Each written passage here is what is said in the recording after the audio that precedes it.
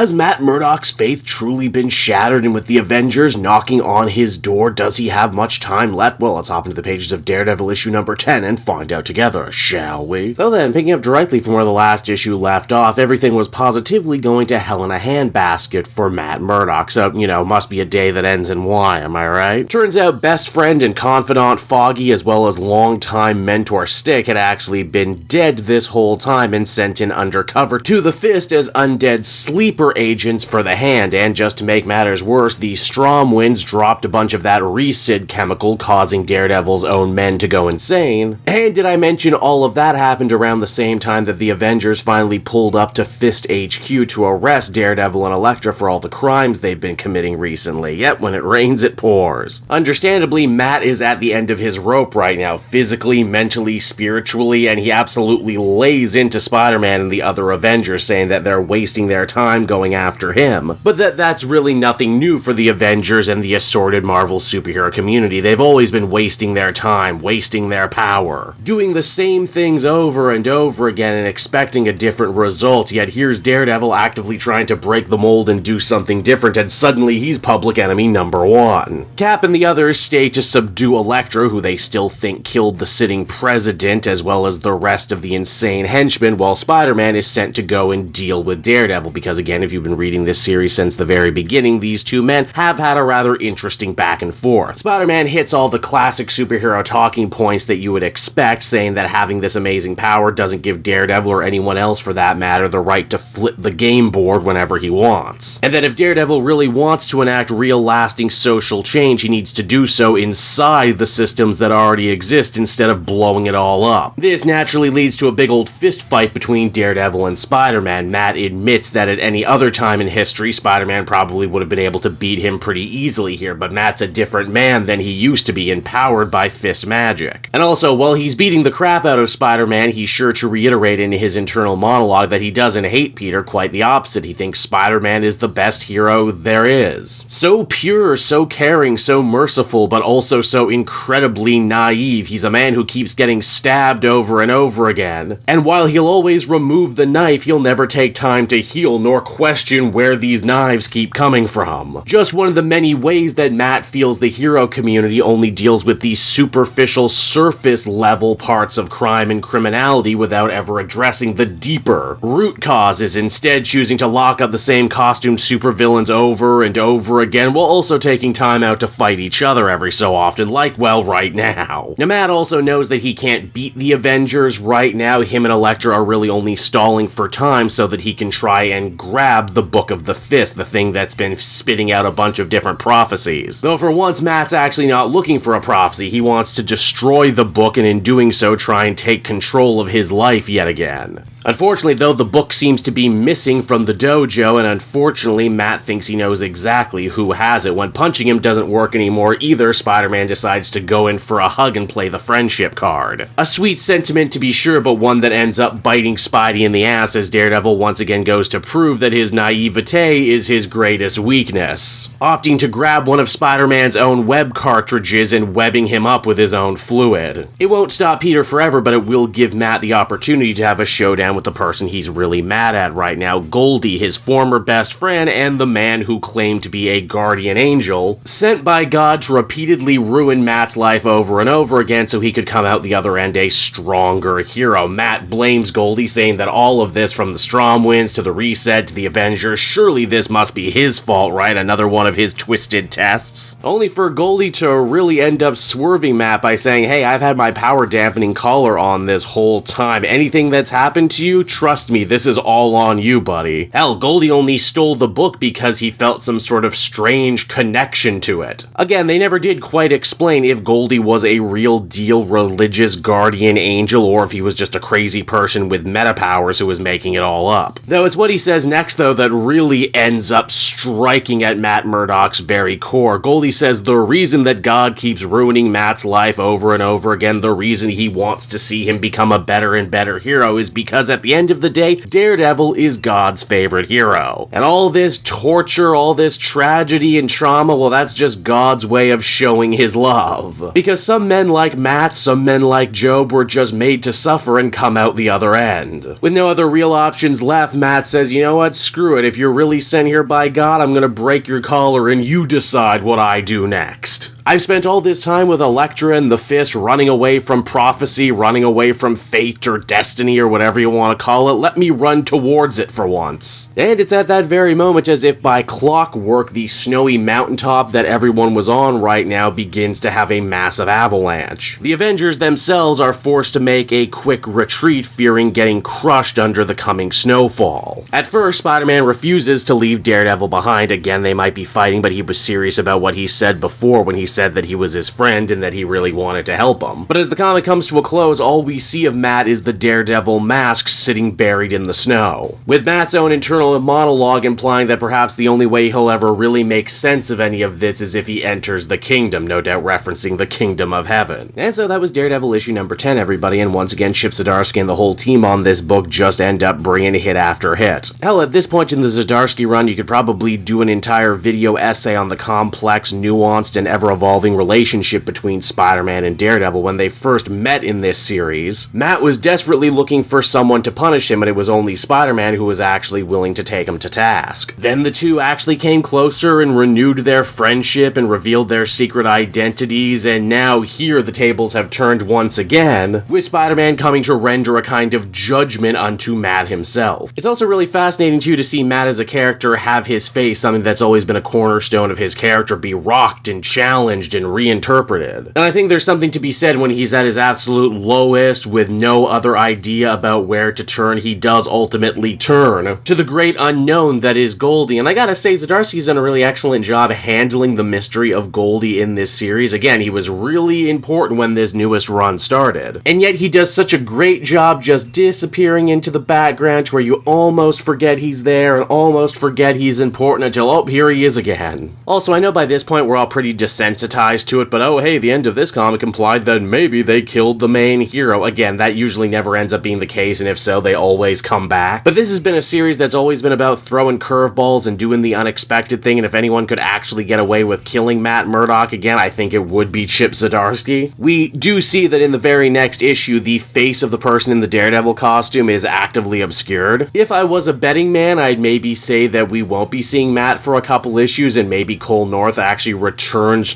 to New York City and takes up the costume, which has been hinted at a few times here and there. Overall, though, I'd feel comfortable giving this one another well-deserved 9 out of 10. This series has been a wild ride from start to finish, and I can't wait to see where it all goes as we enter the end game. Hey there, everyone. It's your old pal Cape Joel again, thanking you so much for watching to the end of the video. I hope you enjoyed it, and if you did, why not check out my Amazon link down in the description? Yes, that's right, the Cape Joel channel officially has its own Amazon storefront now. You can pick up a comic or anything else for that matter, and if you did, you'd really be helping me in the channel. So with that out of the way, everyone, I will see you again next time. Bye-bye.